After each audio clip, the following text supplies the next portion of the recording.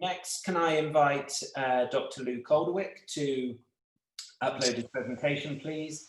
Luke is a senior lecturer at the University of Birmingham, and his research lab focuses on understanding the molecular basis of mycobacterial cell envelope biosynthesis.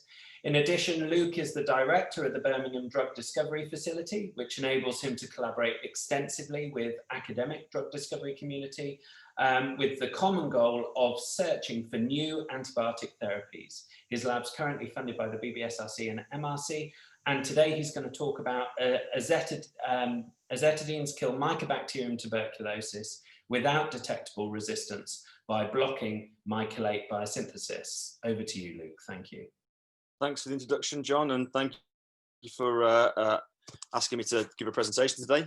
Very much appreciate it. I want to do some acknowledgements first of all and explain that what I'm about to talk to you about today is very much a large collaborative effort between the University of Birmingham and John Fossett, the School of Chemistry. This is the work of one of my PhD students who's just actually submitted a thesis on Monday, Alice Lan.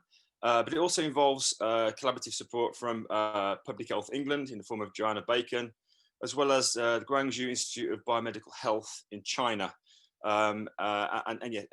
pockets of funding from the EPSRC Follow-on Fund, Wellcome Trust, which supported Alice, as well as the MRC Confidence in Concept. Also Simon Waddell from the University of Sussex, we'll come on to it later. I'm going to talk to you today about tuberculosis. I don't want to spend too much time on this slide. All I need to say really is that TB remains to be a global problem.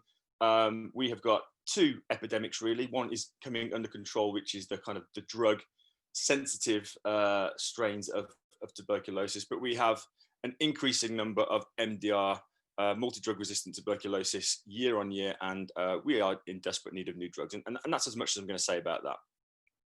So in this multi-collaborative effort between School of Chemistry, School of Biosciences and the Drug Discovery Facility, we screened a library, a small library, and found a number of hits from the laboratory of John Fossett. And these are essentially called the Azetidines.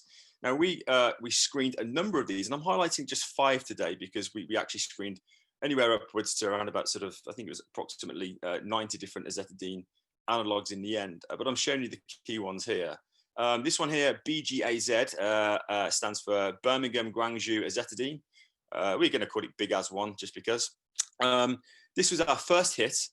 We screened against Mycobacterium sphegmatis, BCG as the model organisms, through iterative rounds of kind of blinded, really sort of SAR. We arrived at this one here, which is our kind of our lead molecule at the moment, BGAZ, Big As 5.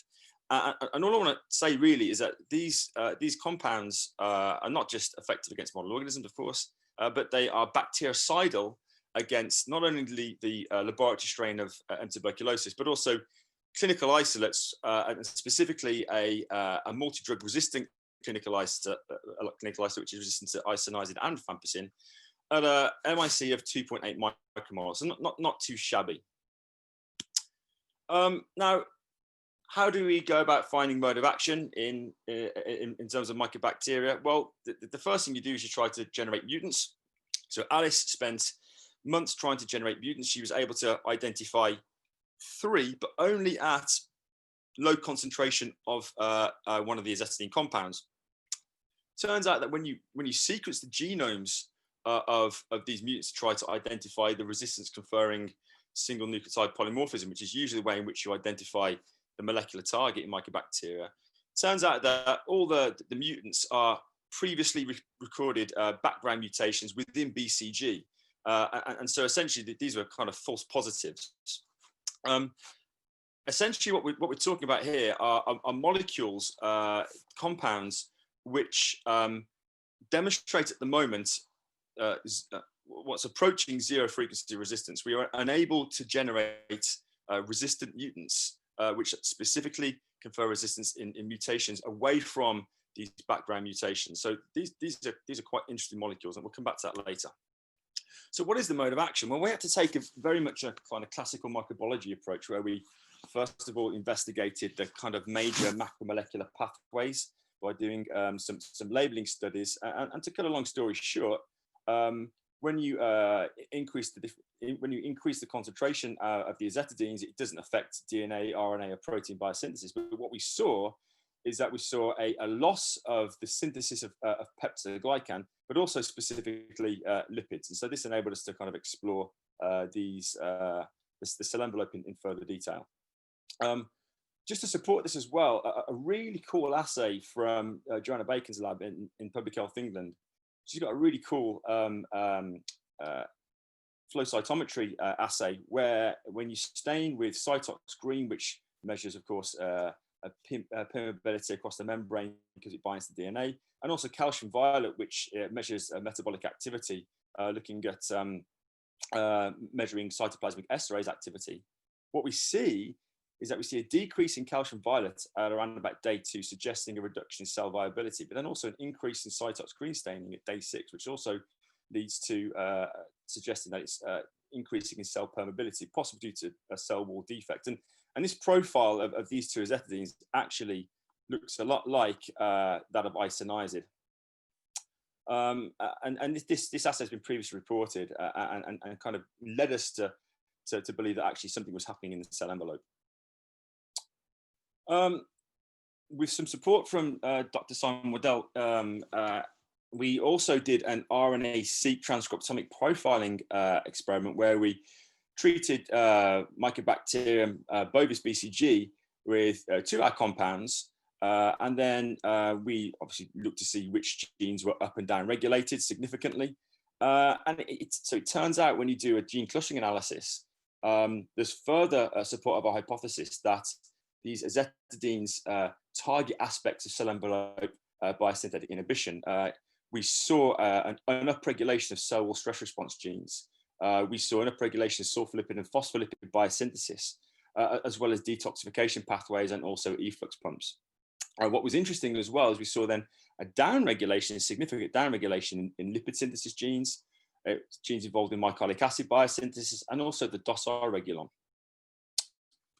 Okay, so a very sort of whistle-stop sort of tour of the biochemistry cell envelope. I've got to do this, unfortunately. What I want to focus on here are 2 key layers: the cell wall bound mycolates, denoted by these squiggly lines, and then the ones where the mycolates are attached to tree halos. So mycolates come in 2 forms: directly attached to the cell wall core, but also attached to tree halos, which enables for the incorporation into the cell wall core eventually.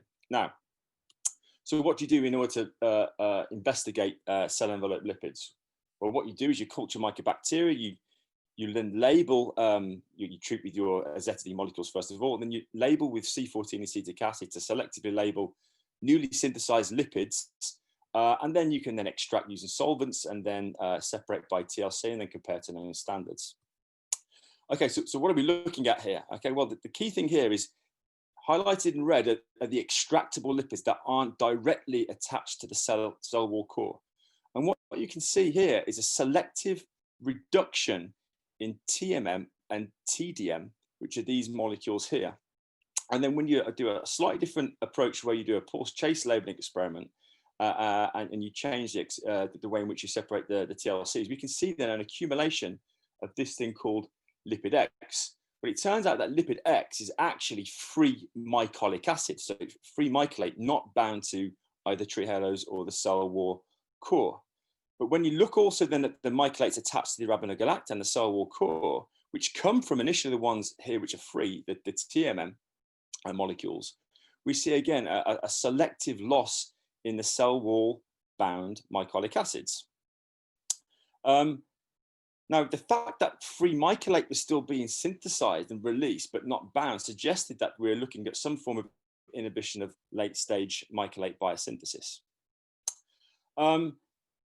We also then did some further pharmacokinetic and also toxicological profiling of our azetidine molecules. And it turns out that there's a certain sort of amount of variety in their physiochemical profile in terms of the hydrophobicity and hydrophilicity. But when you look at the profile, there's no discernible inhibition of the hERG, sodium potassium transporter, which is something that you really need to look at if you want to progress these molecules further, because this is usually kind of a go-no-go stage because of cardiotoxicity, as well as mitotoxicity in using HepG2 cells. It's within limits.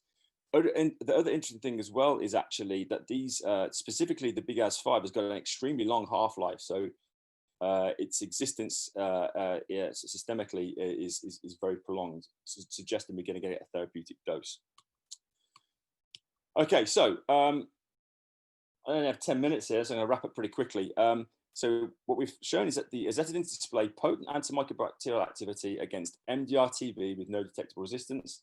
There's also no cross-resistance as well, which is something which is really important. I should also say that these compounds don't show any activity against gram-negative organisms, but they also show some good activity against gram-positive organisms, specifically MRSA. We've shown that these Azetidines inhibit late-stage mycolic acid biosynthesis, that they also show a suitable pharmacokinetic profile that does show promise for further development towards the clinic. What I haven't been able to talk to you about today or show you is that these Azetidines do target at least the antigen 85 complex, which are mycolate transferase enzymes involved in depositing mycolates onto the surface of the mycobacterial cell. And I could say you could take my word for it, but we have put this together in a preprint, and you can look at this at the bioarchive. So if you would like to look at this in more detail, please go ahead and look at this. This is to Alice Land, just to reiterate.